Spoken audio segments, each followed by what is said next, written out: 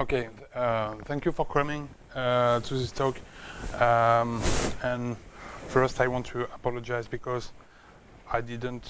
I screwed up with the schedule, so the end of the talk could be somewhat weird because I didn't. Oh. Okay. Mm-hmm. The beginning of the talk seems to be weird too. Oh.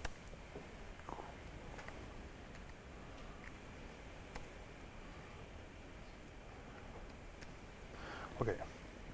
So yes. So it should turn to a real life demo. Thanks for coming. I want to take to salute someone, which is Camille, my former CTO, because ZSH for the Mongers was my first talk ever. I gave it in 2009 in a French Perl workshop. It was an epic fail. I never did a talk ever, and it was a complete disaster. And at some time he said, "Okay, no, you can give some talk, a reasonable, good talk, so you should reboot it." So those one my colleagues when I worked with Camille. So thank you guys for everything. Thanks to my sponsor and employer, Renater, which is a French National Research and Education Network. Basically, we are the providers of the French research. So we provide connectivity and so on to the French universities, French research labs, and other French governmental organizations. We are involved in some open source project, and Sapa is written in Perl, but we also write some PHP, C, Java, and so on. So we are recruiting, so if you want to work for Renater, please contact me or check out the website for the list of the available job. So what is ZSH Z-shell anymore? Z-shell is a Unix shell, so it means it have a REPL. It have a shebang for scripting. It use external commands as the very first citizen, and it has pipe. If you're not used to it, it's like Perl-6 supplies.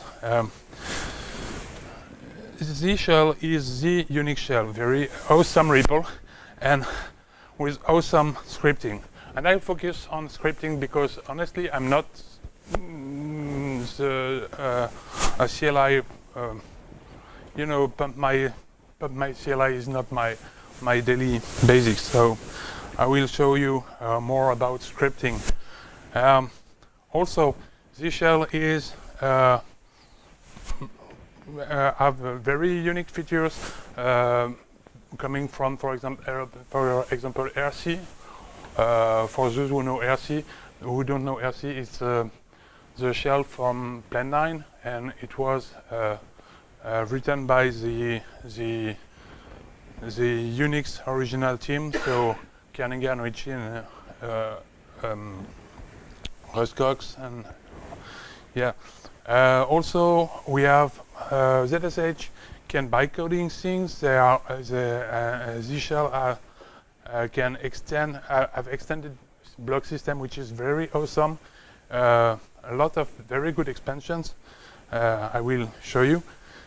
Alternative syntax, and this is one of the things I really appreciate in Z-shell. This is a spoiler, but basically what I do there is this is a dictionary user, and I want to iterate on the pairs of this dictionary. So for those who know Perl-6, which you have this KV method, and this is a modifier which means I want the K V. So you can iterate on the K and V of the dictionary user and go with on those values. And this is a print. So you can print a string that is something you can read when you are coming from the Perl community. And this thing is also a modifier. So you see the pattern. Dollar is meant for expansion. Expansion is a term in shell for interpolation. Expansion of a variable with this modifier, and this modifier is uppercase. So basically,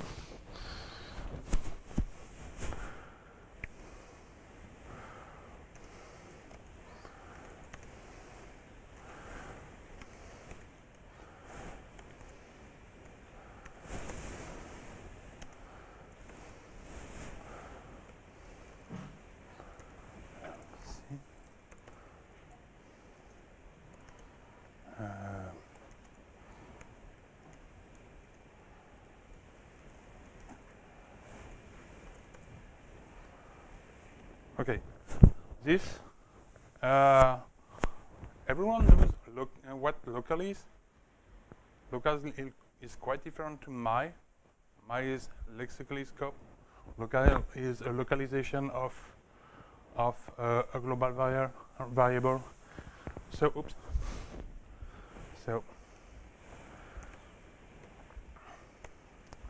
So, local A, uppercase A mean I want hash. Okay, this hash is user, and the first pair is login MC. The second one pair is display Marc Chantreux. Okay, this is a hash. Okay, and so I just explained this one. So if I write this, I can do this. Okay.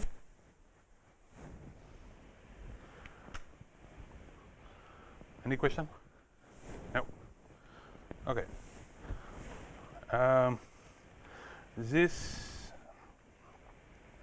Those feature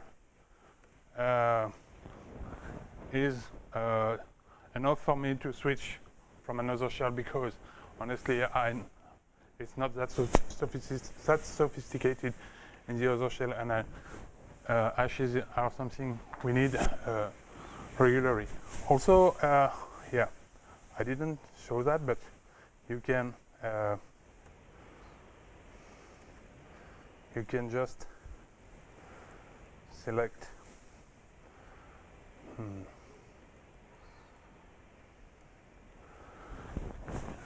if you just use key, you have the key values, okay? And if you remove the key, what do you have? Expect. Nope. No, sorry. The values. Okay, this is weird, but so you can iterate by pair, you can iterate by keys, you can iterate by values. And there is a lot of other feature and improvements. And when I see tell a lot, it's really a lot. Basically, the manuals are organized the way the pair is. So you have the man ZSH Z shell with the list of all the other manuals, a lot of manuals, and basically if you pick some to read, you can see how long they are. The best of those manuals are basically the shell option, which is all those pragma. Perl has pragma, the shell has options, but basically it's the same. For example, use strict, use warning, use this kind of stuff, activate one feature on or another. So it's nice to pick some of them. Basically, what I do for myself is make the interpreter as crumbling as I can, because I use strict basically. In Perl you use strict, and you can have a very a strict behavior in the shell. The shell expansion XPN, which is basically the one you have to read, because almost all I will show you today is from this one. If you don't know what manual to use, you can use the shell all, because it's just compiled all manual in the same main page. Okay, so why use the shell basically when you have Perl? Because Perl basically is made to do every task, but for those who are old enough to remember, Larry gave this talk about manipulexity and repeptitude. Who knows that? Who knows this concept? No? Okay, oh, the old one, okay. Okay, manipulexity is about when you have a data structure, you want to manipulate all those things in the data structure, you need a language that can be very precise about what you want to do and where. And basically, Perl is very good at that, as this. You have a hash of list of list and things like that. And shell is not, because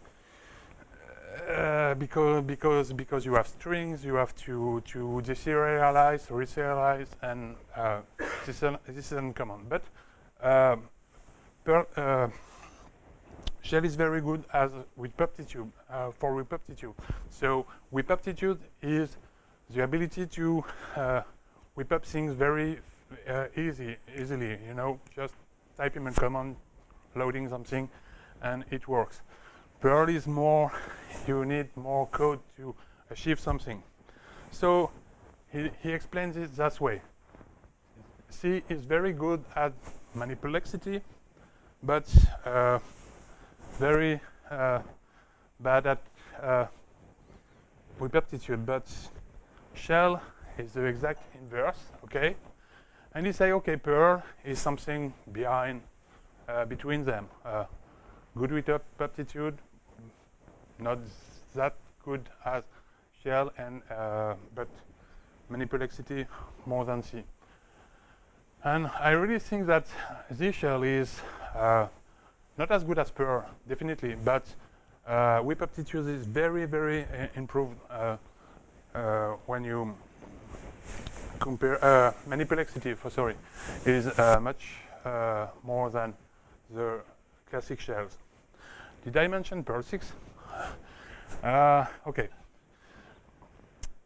Perl 6 probably is much better than Perl to make things very easy, because a lot of things are accessible directly from the language, and we don't need some extra modules anymore. But honestly, for example, when you go to globs are the way to match files on the system. Maybe Perl 6 should be inspired by this shell. So maybe ID2 picks. Okay, an example. For example, you have this old years. We have, well, okay, basically, we have this. This is these are directories, and those are in the directory you have files or directories that they are named old, and sometimes you have symlinks to another thing that is an old thing. Okay, so I want to remove this. 5 seconds in Perl. Okay, so I want to remove this. So first step is basically removing all the old occurrence, then removing the symlink. Okay. It doesn't come that easy in Perl. It's short. Your result will be very concise, but it's not that easy. And sometimes it's overkill or complicated, and you need something more about the whip aptitude. It's not about Perl.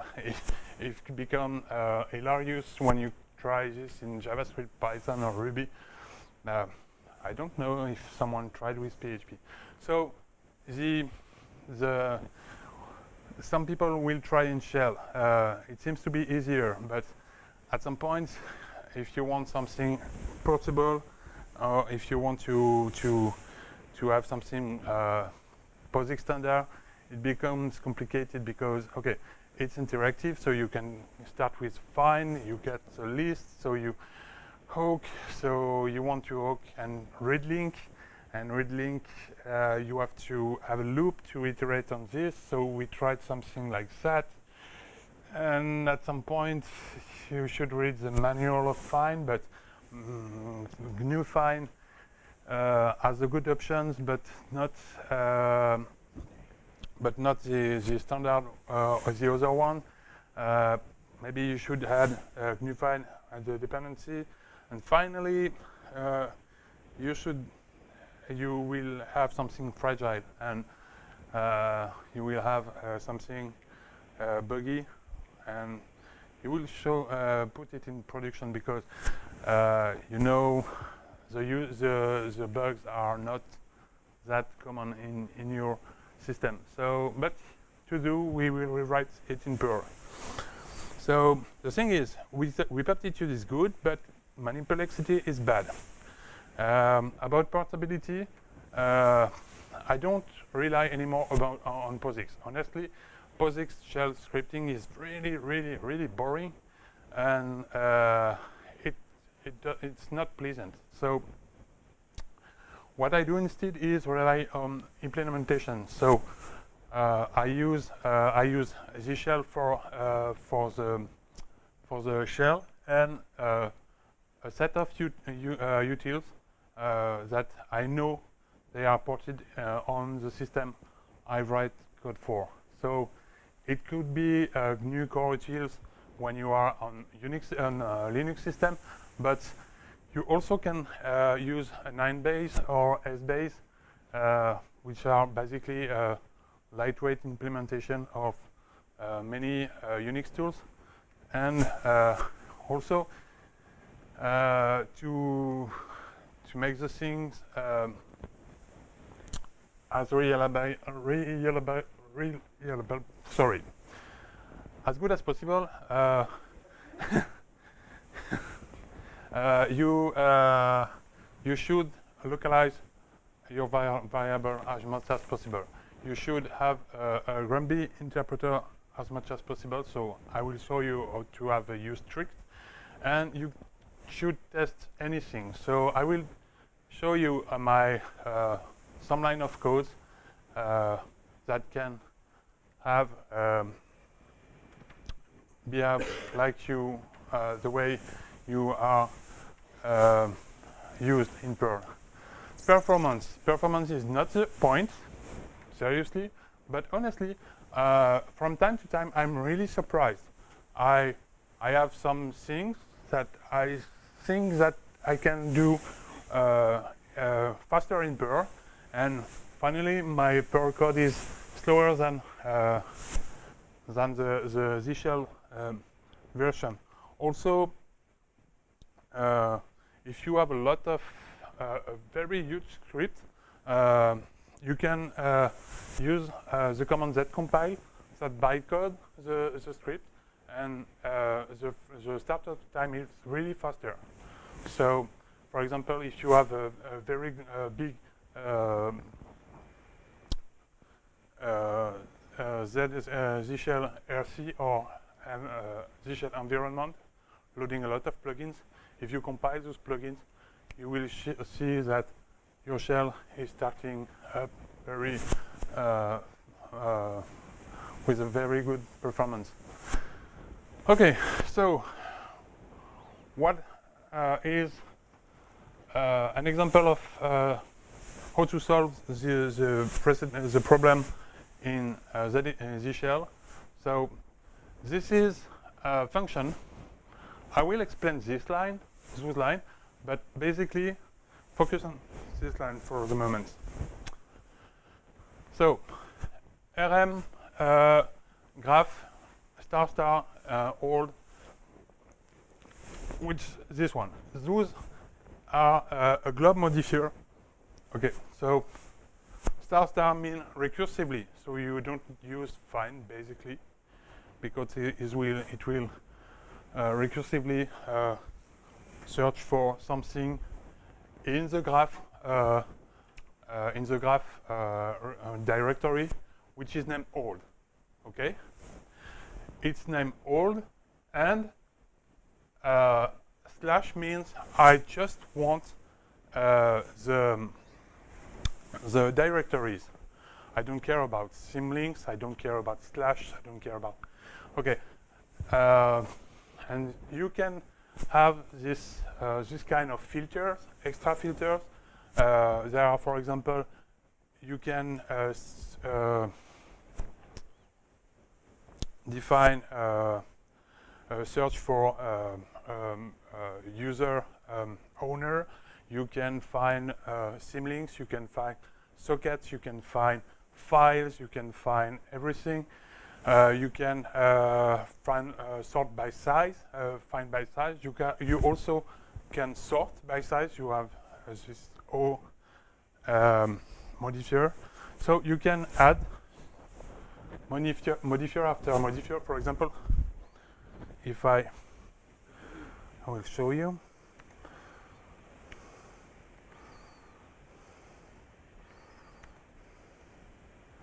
Okay, this should be. This is directory that the user is for each user is root. You can add.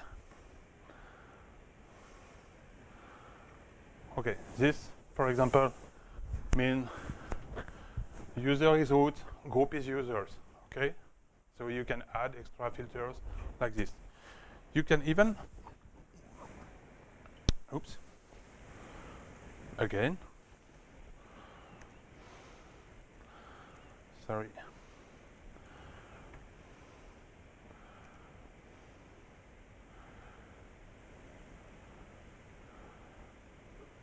Yes, this one.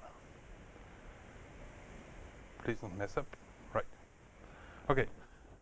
You can even write your own filter and call the filter. So, oops.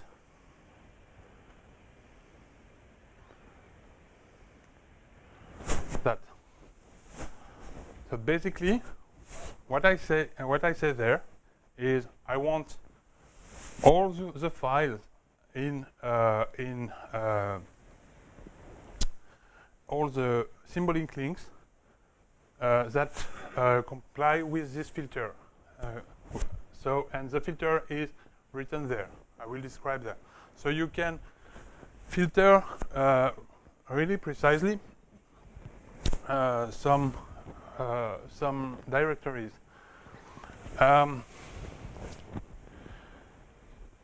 You should. Why is it important? In classic shell, you can find anything, and after that filter. The problem is when you have a huge amount of file, the globe will return a lot of stuff, and then you filter the thing. When you use this filter, it will be filtered on fly when you create the list. Okay, so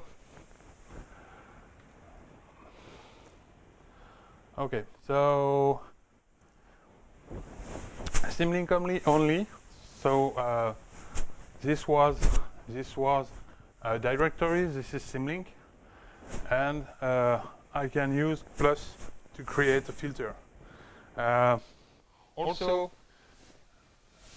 this is a classic shell, but you can redirect all the stderr to this file for all those commands using a block. Okay. Okay. Deprecated link. It was a sub. I didn't mention it, but it seems to be obvious. Everyone has the basics of the shell. 0, 1, 2, 3. Yep. Okay.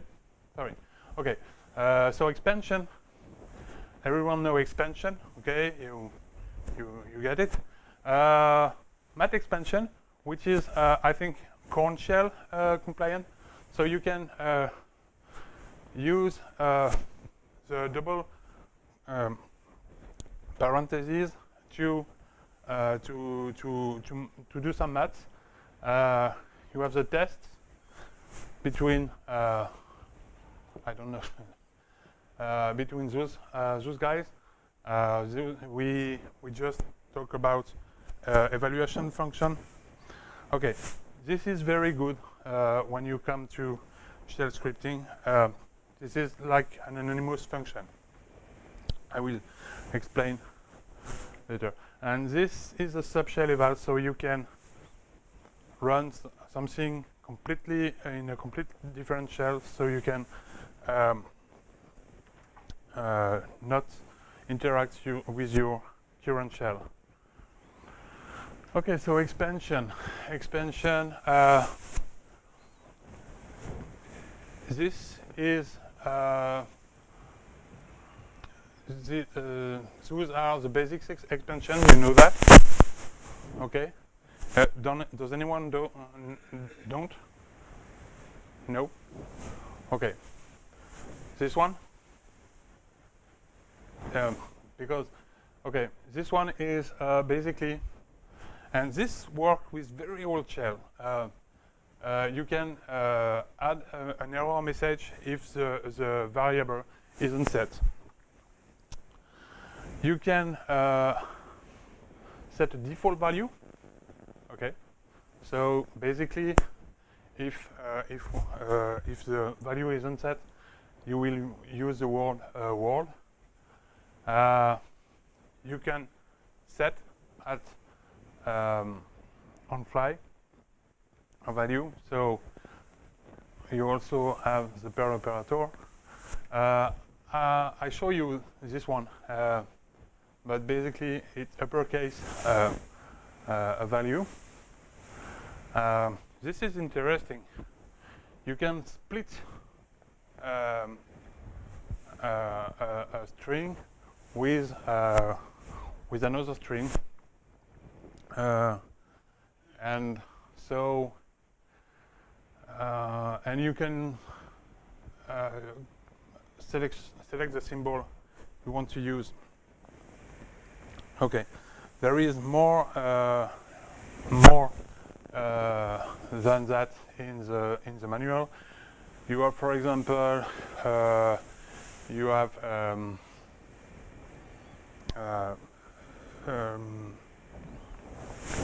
lowercase. You can filter. You can do a lot of things. Eval. Eval is the basic evaluation. So basically, set is the way to reset the array, the list of array. A, B, C should be 1, 2, 3, right? So A is just to be sure that you understand the concept of local. I set A here, local A here. So what does it print there? When you with your Perl feeding, just don't.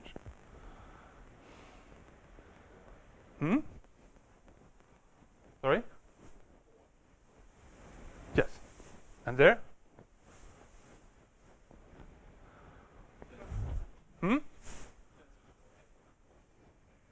Nope. Okay. Why? Because and that's why yeah.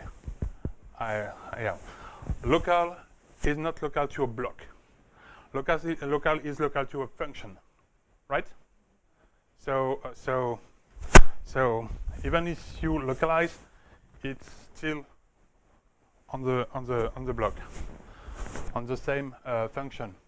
When you are not in a function, basically the file you are in is a function. Okay. So okay. But so this screw you in shell, but in this shell you have this one, which is an anonymous function. Okay. So basically, blah blah blah. Okay. B equals 1. So here you have. You remember this is a function that will be executed when it will be interpreted. So print A. A is 4. Okay, 4. $1 is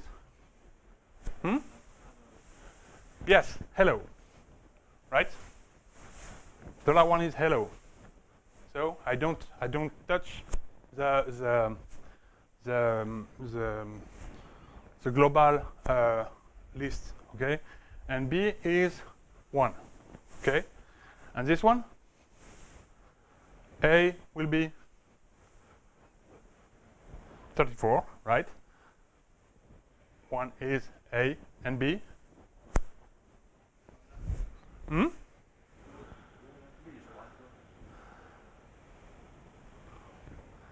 Okay. 1, because B is local to all the script, right? I didn't say there it's local to the function, right? Okay. As I said, I emphasize this because if you want some quite real strong scripts, you need to localize the most localized you can. So another way to localize, I didn't mention there, but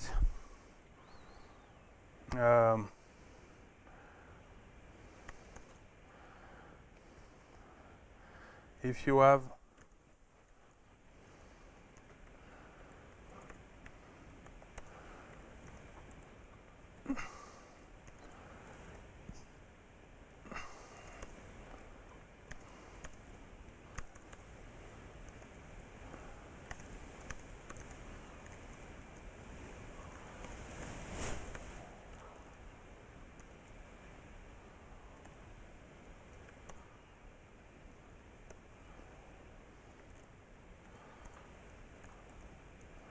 okay.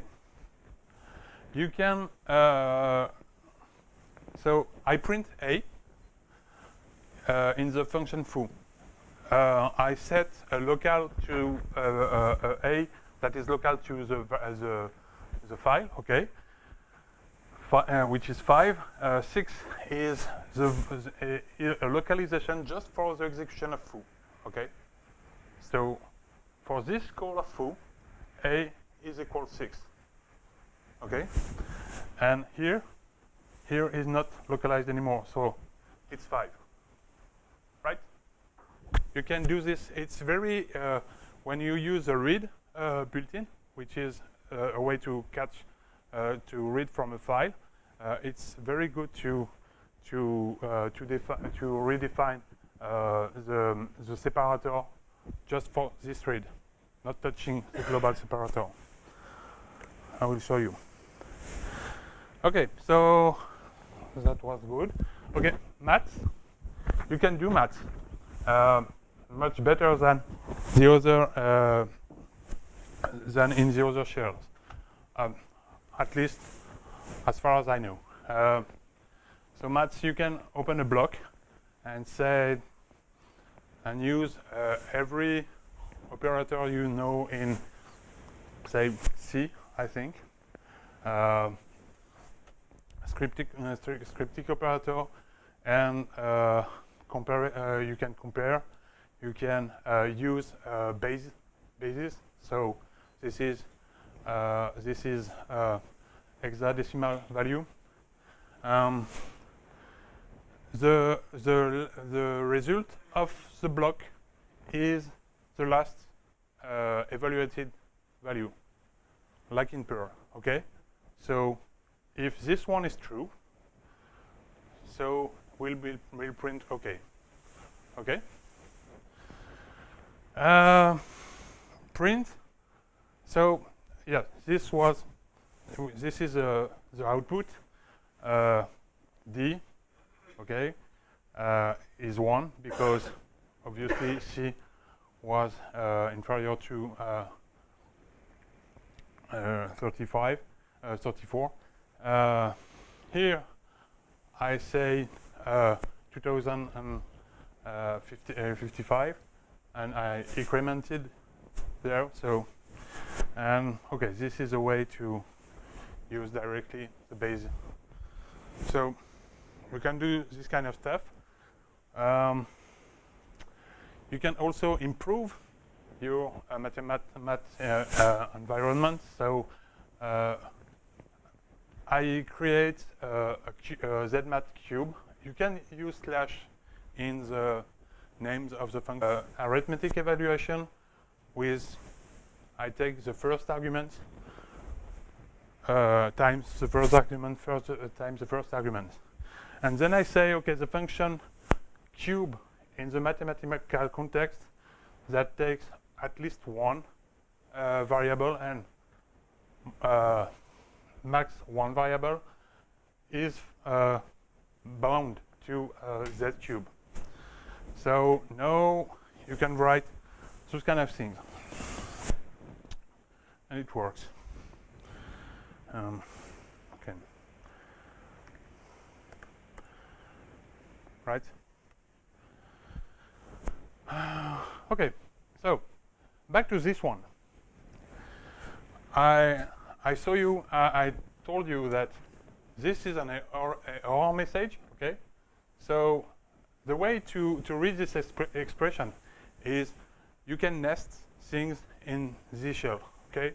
So you find the deepest expression, and to read you go out. So this is reply or die with this message if reply isn't set. Only if one or reply or die a symlink path.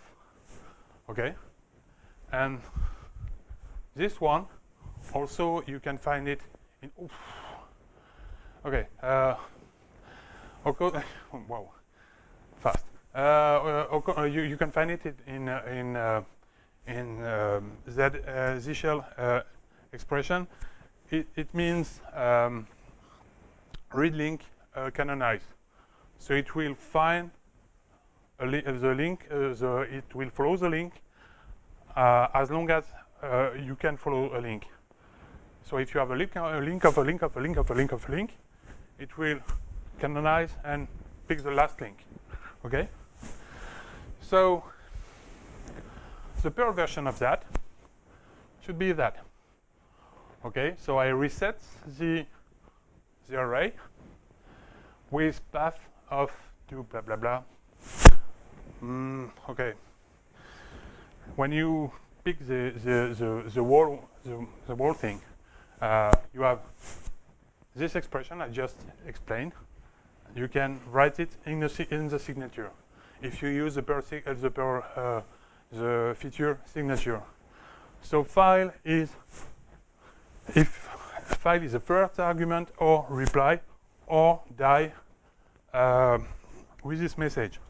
Okay, this is here. Then here I test if the first argument is contains all. So basically, path canonize because I canonize it. Path canonize smart match. I don't use smart match in Perl 5. Okay, so let's give this one. So more things. Oops. Another example. Linear is okay. I show you the result. Okay. Linear is this table. It was used for very old cryptographic system where you can have a ciphertext, a plain text and a key, and you join the ciphertext and the key, the plain text of the key and the key as your value. So how to generate this table? Okay, so so you have a local alpha. I create an array. This is a range, almost like in Perl. So you don't code, but it's almost like in Perl. Repeat is a keyword which is really useful. Which jazz? Jazz? I don't. In English, the hash. Sorry, hash. This is the number of elements. Okay, so I repeat for every element of the array. I print alpha. I will explain that. But basically, in this example, I can remove. I print alpha. So basically, I print A, B, C, D, and like that. Then alpha, I reset alpha with new value, which is the second element of I remove the first element of alpha, and I pick the second to the last. Okay. And I put the first element at the end of the list. So shift and shift push. Okay. Okay. So this is okay. But honestly, when you are used to this shell, you want to minimize the amounts of use variables. So this is a more realistic code. This is a can you guess what is it? Sorry? Yes, and if there is no element, this is false, right? So if we don't have something, then I set the array with A to Z, right? Yes? Okay. Repeat as long as there is the elements. Basically, it's the same script that you just seen, right? Just using the default. The good thing, not only I remove an array, but also now I can have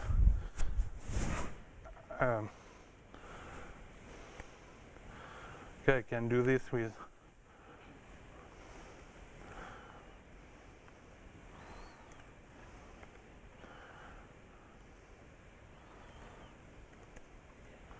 okay.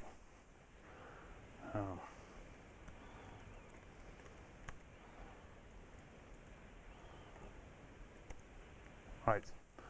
Okay. So, but okay. I would like to show you a lot of more, but I will be short. Okay.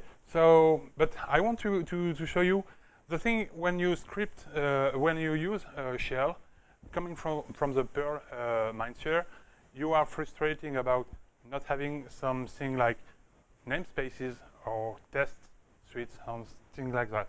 I push my code on GitHub, which is something like 50 line of shell, not more. And so I can write those kind of things. So basically, I can use tap, which is, everyone knows what tap is, right? And I create function, which is basics, and I can test a cat if a cat, and I type OK if a cat is a cat, and I do a test on math. I can test OK. So, and then I say OK, prove that basics run. Okay. So another way to do that is I can also give a list of symbols that I will import. So prove OK and not. So now it's not anymore tap OK become OK, and tap prove become prove. So there are namespace. I can import symbols like I do in Perl. So all can be imported. So what use do is it source my awesomeness ZSA .z shell, and it imports symbols. And as I said, it's very short function. So I can do that, typing this one, and you can also use the proof command using Z shell as interpreter. So you can test here. You can test things and be sure that it will be reliable when you come install the script on another system. You can also document with pod. So this is, everyone knows here docs, right? And this means I will use here doc. Slash means there is no way you should interpol anything during the here doc, right? This is a queue, right? Single quote the here doc, and you stop the here doc with a queue. So basically, you can write a pod directly in your Z shell script. So you can use perl doc command to read the documentation of your scripts. Can someone say what this code do?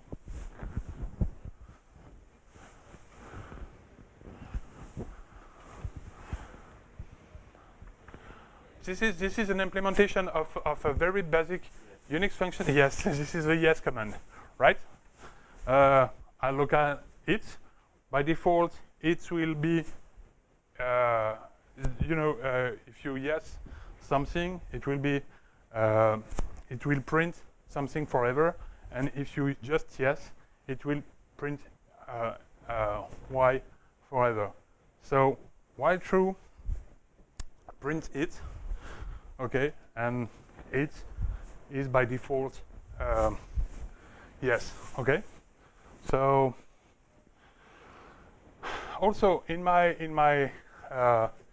use case, I have to URI event. For example, when you want to std out something, you want this kind of message, right? At Z shell line 2 warning, no one in charge. Like you do in Perl. So I implemented also warn, and you can write those kind of things. I also have died, so no, it really died with those kind of things. I have the Yada operator, so I can write this kind of thing, and it will show me that it is implemented at line 1. Yeah, okay. I'm really sorry because yes, I didn't imagine how long it was. But if you, I hope you enjoyed it, and maybe some questions before I can. Some questions? Okay. So, yes. What community plugins do you use a lot? The problem of the community plugin is they are down to they are not there to build a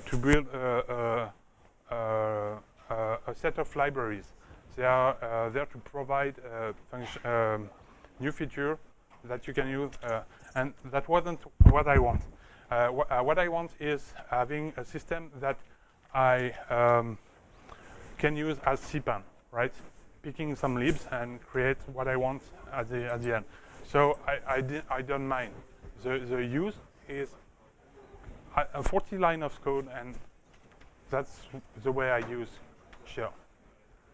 So there is a link on the. Okay. So wait, sorry, but yeah, it was too long. Another? No? Okay, thank you.